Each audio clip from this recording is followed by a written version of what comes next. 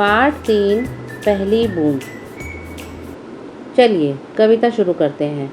वह पावस का प्रथम दिवस जब पहली बूंद धरा पर आई, अंकुर फूट पड़ा धरती से, नवजीवन की ली अंगड़ाई। धरती के सूखे अधरों पर गिरी बूंद अमृत सी आकर, वसुधरा की रोमावली सी, हरी दूब पुल की मुस्काई। पहली बूंद धरा पर आई, आसमान में उड़ता सागर, लगा बिजलियों के स्वर्णिम पर, बजा नगाड़े जगा रहे हैं भारत धरती की तरुणाई। पहली बूंद धरा पर आई, नीले नयनों सा ये अंबर, काली पुतली से ये जलधर, करुणा विगलित अश्रु बहाकर, धरती की चिर प्यास बुझाई। बूढ़ी धरती शस्य श्यामला, बनने को फिर से ललचाई। पहली बूंद धरा पर आई। बच्चों, इस कविता के कवि हैं गोपाल कृष्ण कौल। कवि से परिचय। धरती के सूखे अधरों पर पहली बूंद के गिरने का अद्भुत दृश्य रचने वाले बाल साहित्यकार गोपाल कृष्ण कौल जी हैं। ठीक है, तो इन्होंने बच्चों के लिए देश प्रेम, प्रकृति और जीव जंतुओं से जुड़ी बहुत सी मनोरम कविताएं लिखी हैं। तो पहली बूंद भी इनमें से एक है। तो अपनी एक अन्य कविता से हम कुछ सीखे मेवे कहते हैं, देश हमें देता है सब कुछ, हम भी तो कुछ देना सीखे। तो बच्चों, ये कविता आपने सुनी है ना, तो ये भी किसने लिखी है? गोपाल कृष्ण कौल जी ने। तो अभी इनकी पहली बूंद कविता के बारे में हम पढ़ेंगे और हर एक पद की व्याख्या करेंगे। तो व्याख्या इस प्रकार है।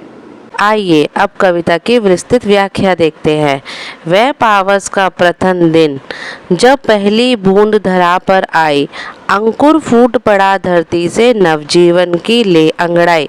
तो कवि कहते हैं, वर्षा ऋतु के पहले दिन जब बारिश की पहली बूंद धरती पर गिरती है तो पूरी प्रकृति में नया जीवन जाग उठता है। सूखी मिट्टी में पड़े बीज अंकुरित होकर बाहर आने लगते हैं। तो बच्चों, जब भी धरती सूख जाती है और उस पर बारिश की बूंदें पड़ती है तो उसमें जो बीज पड़े हुए होते हैं वो अंकुरित होकर बाहर निकलने लगते हैं। पेड़ पौधे और खेत फिर से हरे भरे दिखाई देने लगते हैं। ऐसा लगता है जैसे पूरी धरती लंबी नींद से जागकर नई ऊर्जा और उत्साह के साथ अंगड़ाई ले रही हो। वर्षा की पहली बूंद सभी जीव जंतुओं और पौधों के लिए जीवन का संदेश लेकर आती है। तो बच्चों, आपको पता है ना, हमें पानी की कितनी ज़रूरत होती है, पानी हमारे लिए कितना आवश्यक है हमारी लाइफ के लिए। तो अगर बारिश नहीं होगी तो उसका प्रभाव पेड़ पौधों, खेतों, जीव जंतुओं, हम सब पर पड़ेगा। तो हमें भी पानी की बचत करनी चाहिए। इसके बाद देखेंगे, धरती के सूखे अधरों पर गिरी बूंद अमृत सी आकर, वसुंधरा की रोमावली से, हरी दूब पुल की मुस्काई। पहली बूंद धरा पर आई। तो कवि यहाँ कहते हैं, कवि ने सूखी धरती की तुलना सूखे होंठों से की है। ठीक है, जैसे होंठ सूख जाते हैं उसकी तुलना धरती से की है।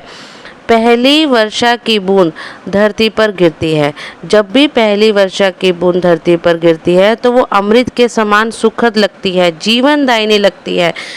बेटा, जब आपको प्यास लगती है तो आप पानी पीते हो तो आपको कैसा लगता है? अच्छा लगता है ना। तो वैसे ही जैसे ही सूखी धरती पर पहली वर्षा की बूंद गिरती है तो वो उसके लिए अमृत के समान हो जाती है, सुखद हो जाती है, जीवनदायिनी लगती है। वर्षा के कारण धरती पर हरी हरी दूब उग जाती है। दूब छोटी छोटी घास होती है ना, जिसको हम दूबा भी कहते हैं, जो हम भगवानों को भी अर्पित करते हैं। तो वो हरी हरी धूप आ जाती है जो धरती के शरीर के छोटे छोटे रोमों से प्रतीत होती है। वो ऐसा लगता है जैसे धरती के छोटे छोटे रोम हैं और चारों ओर हरियाली फैल जाती है जिससे, और ऐसा लगता है मानो धरती खुशी से मुस्कुरा रही हो। वर्षा प्रकृति में नई ताजगी, सुंदरता और आनंद भर देती है। जब भी बारिश होती है, जब भी वर्षा होती है, आपको कैसा लगता है? सबको बहुत अच्छा लगता है ना। तो ये हमें नई ताजगी दे देती है, स्फूर्ति देती है और हरी भरी सब जगह वातावरण हरा भरा हो जाता है तो सुंदरता भी लगती है और आनंद से हम भर जाते हैं। आसमान में उड़ता सागर, लगा बिजलियों के स्वर्णिम पर, बजा नगाड़े जगा रहे हैं बादल, धरती की तरुणाई पहली बूंद धरा पर आई। तो कवि यहाँ कहते हैं कि बादलों को आकाश में उड़ते हुए सागर के समान बताते हैं। कवि कहते हैं कि बादल आकाश में इस प्रकार उड़ रहे हैं मानो जैसे सागर हो।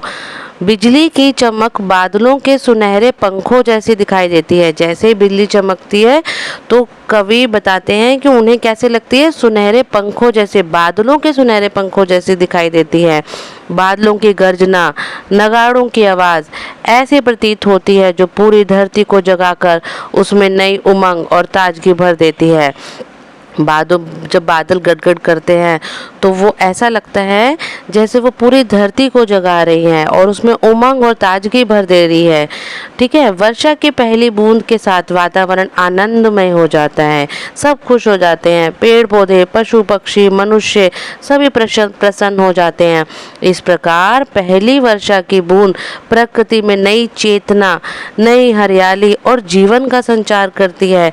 जब भी बारिश आती है तो हमें और उत्साहित कर देती है। नीले नयनों सा ये अंबर, काली पुतली से ये जलधर, करुणा विगलित अश्रु बहाकर, धरती की चिर प्यास बुझाई, बूढ़ी धरती शस्य श्यामला, बनने को फिर से ललचाई, पहली बूंद धरा पर आई। तो बच्चों, कवि इस पद में कहते हैं कि आकाश की सुंदरता का अत्यंत मनोहारी चित्रित इस पद में प्रस्तुत किया गया है। कवि कहते हैं कि नीला आकाश किसी के सुंदर नीले नेत्रों के समान दिखाई देता है और काले बादल उन नेत्रों की काली पुतलियों जैसे लगते हैं। ऐसा लगता है कि जैसे काले बादल जो हैं वो जो नेत्रों की काली पुतलियां होती हैं उसके जैसे प्रतीत होते हैं। जब बादल वर्षा के रूप में जल बरसाते हैं तो ऐसा लगता है मानो वे दया और करुणा से भरे आंसू बहा रहे हैं। इन वर्षा की बूंदों से लंबे समय से प्यासी धरती की प्यास बुझ जाती है। लंबे समय से जो धरती वीरान पड़ी है, सूखी पड़ी है, उनकी प्यास बुझ जाती है और सारी तरफ हरियाली छा जाती है। तो कवि आगे कहते हैं कि सूखी और बूढ़ी सी दिखाई देने वाली धरती अब फिर से हरी भरी फसलों से ढककर शस्य श्यामला मतलब हरी भरी और उपजाऊ बनने के लिए उत्साहित हो उठती है। पहली वर्षा की बूंद आते ही धरती में नई ऊर्जा, हरियाली, जीवन का संचार हो जाता है। इस प्रकार कवि ने वर्षा की पहली बूंद के महत्व और प्रकृति पर उसके सुंदर प्रभाव का अत्यंत भावपूर्ण चित्रण किया है। तो इस प्रकार कवि ने बताया है कि वर्षा की पहली बूंद के आगमन से सब जगह हरियाली हो जाती है। आशा करती हूँ आपको ये कविता बहुत अच्छी लगी होगी और आपको ये अच्छे से समझ आई होगी। तो अपने दोस्तों के साथ भी इसे शेयर कीजिए और मेरे चैनल को लाइक एंड सब्सक्राइब कीजिए। धन्यवाद।